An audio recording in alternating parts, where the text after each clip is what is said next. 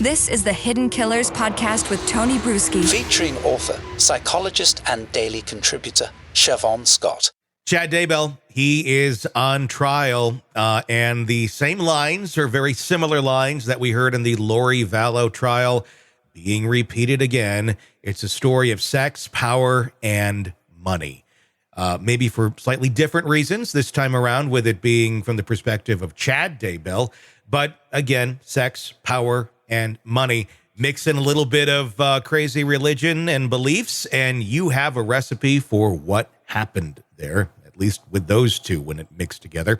Joining me to discuss, Shavaun Scott, psychotherapist and author.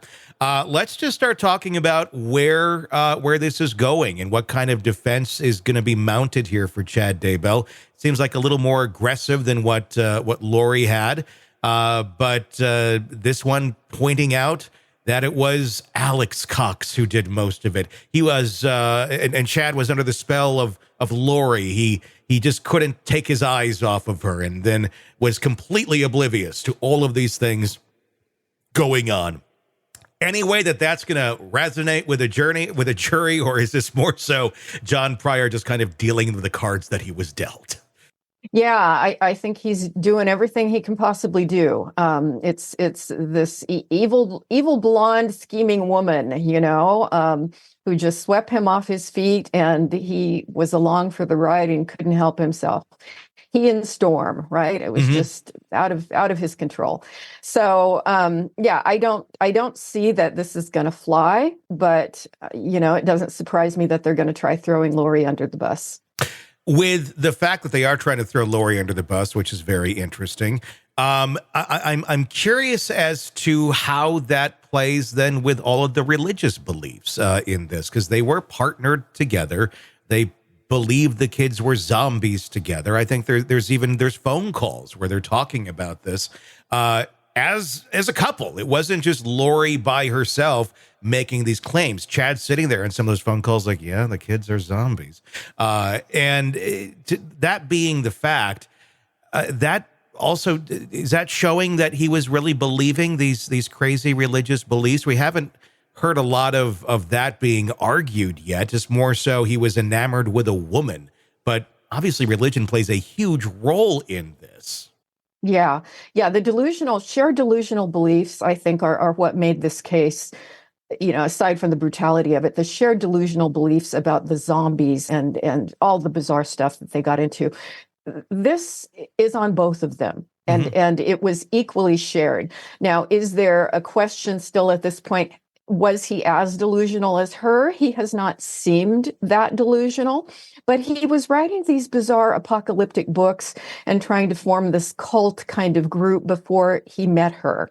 And so it's really a case of these two people coming together and this synchronicity of how their beliefs blended and amplified once the two of them were together. I mean, it's somewhat easier to understand, I think, when we think about like an abusive relationship, or I guess someone being enamored with a woman or a man. If you are so invested in it for the wrong reasons, you may go along with a lot of crazy stuff. And some people will draw the line at a certain point.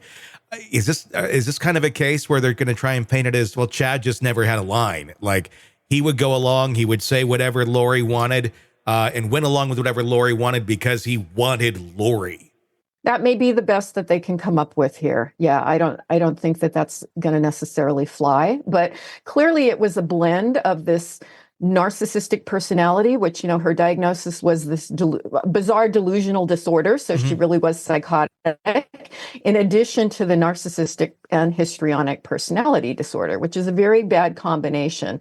And it may be that diagnosis is really going to be a pretty close fit for him too. So we have to go, what are the odds of these two people with this kind of mental health situation going, finding each other out there in the world? But I guess if you go enough to these weird religious conferences, you have people with these weird brain processing Yeah. problems, you do have them connecting. I mean, and the potential for such dangerous behavior with these folks is really kind of striking. And this is just one that we're hearing about because it was, so extreme. But we do hear, and I know there's been many documentaries made. There's been all sorts of things on different small religious cults, we'll call them that, where they go in and maybe they don't kill people, but the damage they do to the minds of so many people just end up killing themselves because of what if they ever come to their senses and realize just how dark a path that they had gone down and what they'd been told was right is okay. Sick of the ads? We are too. Start listening with no commercials now and get access to all of our episodes in advance of everyone else. Become a True Crime Today Premium Plus subscriber on Apple Podcasts. Search True Crime Today Premium Plus on Apple Podcasts or go to our podcast page and sign up now. True Crime Today Premium Plus. Sign up now.